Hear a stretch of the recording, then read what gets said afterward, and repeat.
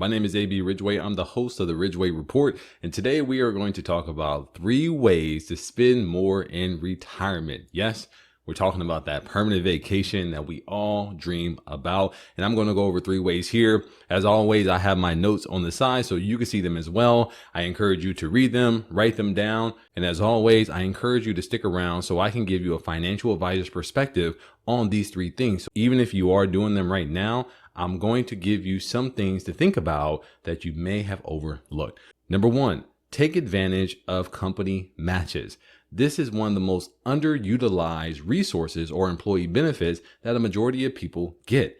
This is an opportunity for you to contribute to your retirement and your employer to contribute. So that means $2 is better than 1. So you don't have to do this by yourself. Now, there is a little bit of caveat to it because some companies will limit the amount that you can actually contribute, and also the federal government caps how much you can actually contribute. So we need to know what those numbers are. I will kindly give you those numbers now. Unfortunately, they change year after year. So we have to make sure that we have this year's number. So what I would recommend is you check to see how much you can actually contribute to these tax deferred accounts.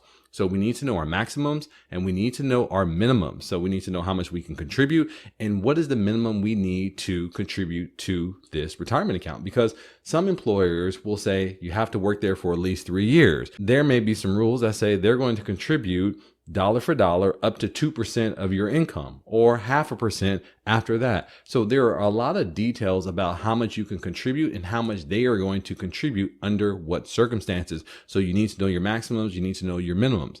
Now, also, we need to make sure that we're not falling victim to what we call concentration risk. This is you work for a big company, let's say XYZ company, they give you company stock and you just buy it because you think it's the greatest thing since sliced bread. Well, unfortunately, some of our deepest fears may come to fruition if we do this, because a lot of people assume that with the market, if the market goes down, that their portfolio is going to go down to 0. Well, if you invest this way, it just might, because if you invest 100% of your assets into XYZ company and XYZ company goes bankrupt, you have $0 and no retirement after 20, 30 years. So what we recommend is what they call diversification. If you have 10 companies, you invest 10% in each and one goes down, do you go to 0? No, you only go to 90% and you can still maintain a large portion of your retirement account. If you're investing a lot of company stock into your retirement, you may run into this concentration risk, and it may be advisable for you to learn diversification. Being able to take advantage of those employee matches is going to give you more money that's going to compound over the 10 and 20 years, so you have more money than you put in at retirement. Number 2, pensions. Pensions are going away, and then pension used to be the responsibility of the employer to put money to the side to have available for the employee to have in retirement. Well, this is kind of going away because there's been some foul play. Companies didn't put the right amount of money over, they didn't invest it properly, or somebody was stealing or something like that. And the employee who worked 20, 30 years didn't have money in their pension to be paid out, and that's not fair. So we developed the 401k where it's self-directed, where you're basically putting in your own funds and you are growing your retirement. Now, with that said, there are still some pensions around, which is a fixed income that we can rely on in retirement. Some companies are even providing what they call golden parachutes. If you retire, we'll give you 5 years of your annual salary. Maybe we'll give you a severance package that includes vacation or PTO, double time. Understanding your employee benefits is going to be one of the best ways that you do not leave money on the table, because companies are going to try to attract talent through the benefits. So you may be making $50,000, but your company may be offering $50,000 in employee benefits that you could take advantage of.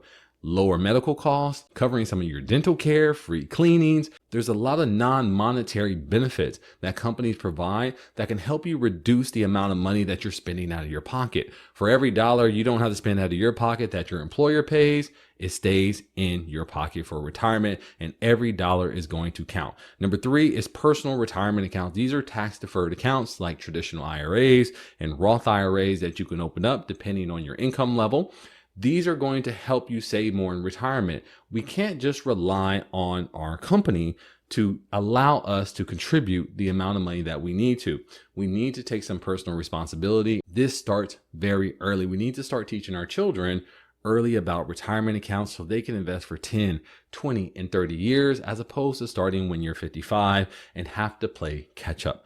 Also, asset location is very important as well. Depending on where those assets are, it can have a negative or a positive tax repercussion in retirement. So working with a financial advisor will help you understand where your money is and how much you could take out, because taking out $20,000 out of a savings account or maybe a brokerage account is going to be a lot different than taking it out of a retirement account. Also, vice versa. If your assets are short-term assets, it's going to be a lot different than if you held the asset for longer than 12 months. So understanding what your assets are doing and how long they've actually been in these different types of vehicles is going to really help you save more money in the long run. Now, if all this sounds like Greek to you, don't worry, because as a financial advisor, that's what I help you do. Help you navigate some of these words you may have never heard before. Some of you have never heard of a pension or what a pension is. Maybe you don't understand about employee compensation or employee matches or 401ks or IRAs or ABCs or XYZs, right?